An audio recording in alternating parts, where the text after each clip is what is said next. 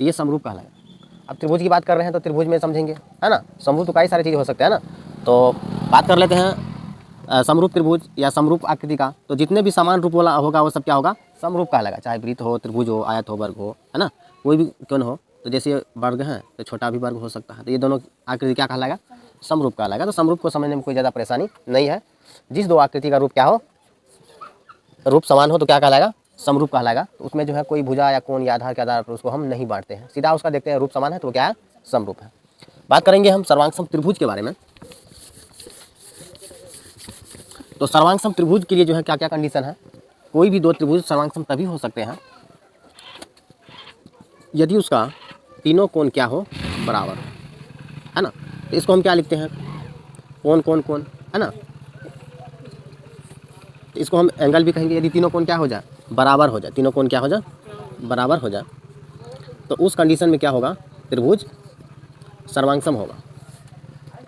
तो इसको हम इसी चीज़ को लिखेंगे, किसी दो त्रिभुज का तीनों कोण समान हो तो वे दोनों त्रिभुज सर्वांगसम होगी। क्या होगी,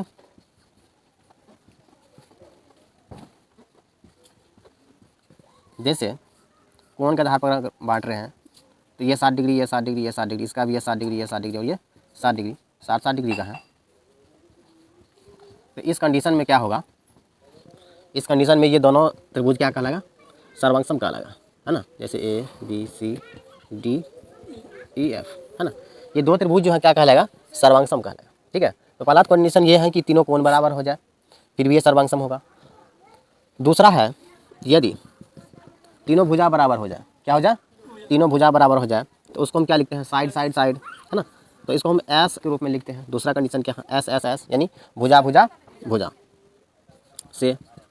तो इसी में अगर हम लिखना चाहेंगे तो लिख सकते हैं, यदि किसी भी दो त्रिभुज का तीनों भुजा बराबर हो जाए, तीनों भुजा बराबर हो जाए, तो वो क्या कहलाएगा, सर्वांगसम त्रिभुज कहलाएगा। किसी भी दो त्रिभुज में अगर तीनों भुजा क्या हो जाए, बराबर हो जाए, तो वे दोनों त्रिभुज क्या कहलाएगा, सर्वांगसम त्रिभुज कहलाएगा। जैसे कि इसका 5 सेंटीमीटर है, इसका 4 सेंटीमीटर है, नहीं, तीनों भुजा बराबर है ना, ये 5 ये 5 ये 5, इसका भी ये 5 5 5, है ना।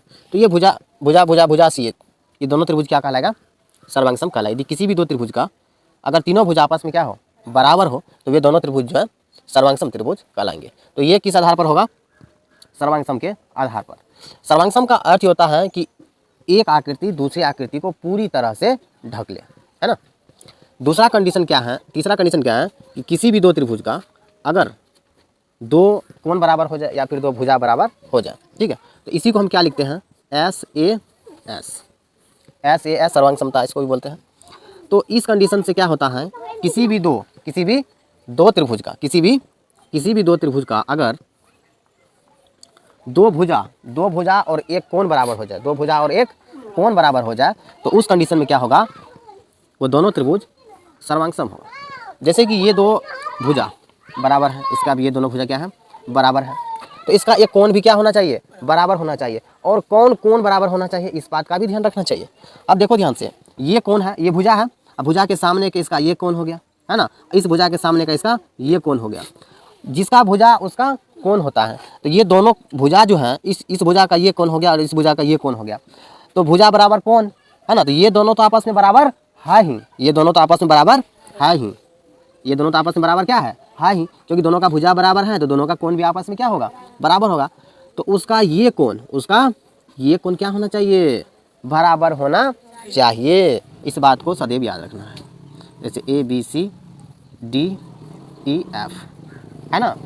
अब ऐसे जो है ये नहीं समझ लेना है कि एस ए एस, यानी किसी भी आकृति में दिख गया कि ये जो है सर्वांगसम होगा, क्या होगा, सीधा हम पढ़ लिए कि एस ए एस किसी भी दो आकृति में जो है अगर दो भुजा और एक कोण बराबर होते हैं तो वे त्रिभुज क्या कहलाते हैं, सर्वांगसम कहलाते हैं। तो ऐसे हम उठा करके डायरेक्ट उसको हम नहीं कह सकते हैं कि ये सर्वांगसम है। लिखा हुआ तो रहेगा कि दो को भुजा और एक कोण भी दिया हुआ रहेगा, इसमें भी दो को भुजा और एक कोण भी दिया हुआ, लेकिन वो कैसे दिया हुआ रहेगा, ये दो भुजा तो दिया हुआ रहेगा 5 सेंटीमीटर, ये भी कितना दिया हुआ रहेगा 5 सेंटीमीटर, इसमें भी देगा यहाँ पर 5 सेंटीमीटर, यहाँ पर 5 सेंटीमीटर, लेकिन यहाँ पर जो है 60 डिग्री दे देगा, है ना, या कुछ दे देगा, और इसका जो इसमें जो है मान करके चलो 35 दे दिया, इसमें जो है 30 दे दिया, इसको भी यहाँ पर 60 कर दिया, यहाँ पर 60 कर दिया।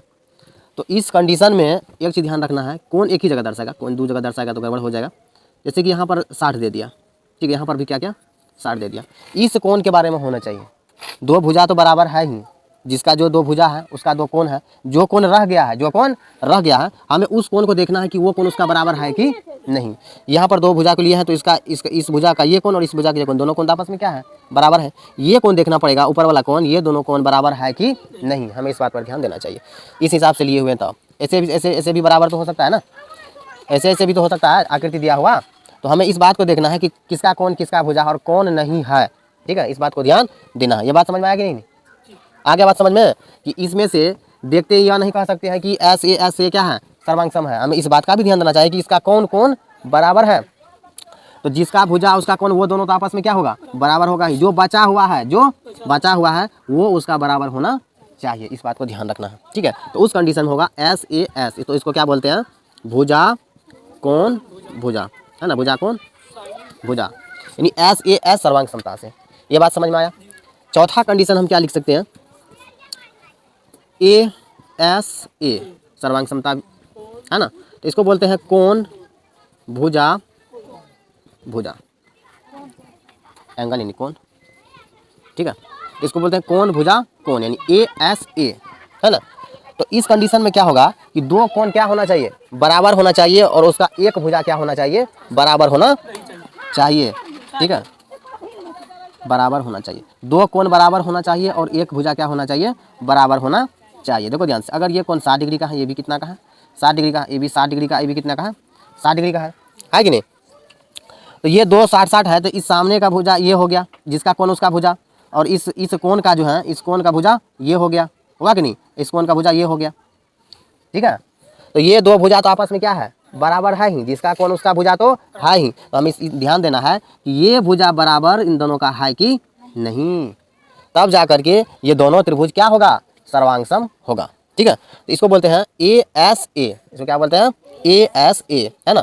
तो कोण भुजा कोण से ये दोनों त्रिभुज क्या कहलाएगा, सर्वांग कहलाएगा, ठीक है। तो इस प्रकार से 4 प्रकार से क्या होता है, दो त्रिभुज जो है सर्वांग होते हैं। पहला कंडीशन क्या है, अगर तीनों कोण बराबर हो जाए उस कंडीशन में भी दोनों त्रिभुज सर्वांग होगा। तीनों भुजा बराबर हो जाए तो उस कंडीशन में भी क्या होगा, सर्वांग होगा। दो भुजा और एक कोण बराबर हो जाए तो उस कंडीशन में भी सर्वांग होगा। अगर दो कोण और एक भुजा बराबर हो जाए तो उस कंडीशन में भी क्या होगा, बराबर होगा। तो यहाँ पर समझने वाला जो बात है, ये दो कोण एक भुजा को रट लेने से केवल हमें समझ में नहीं आएगा कि ये सर्वांग है कि नहीं।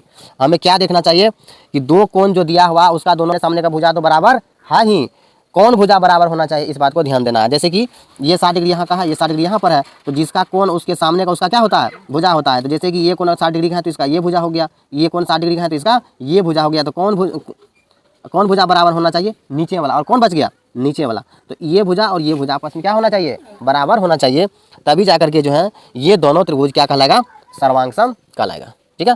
यहाँ तक समझ गया। और समरूप में क्या है, जिसका रूप क्या हो, समान हो, तो वे समरूप कहलाते हैं। यहाँ तक बात समझ में आया, किसी कोई दिक्कत नहीं ना, चलो ठीक है।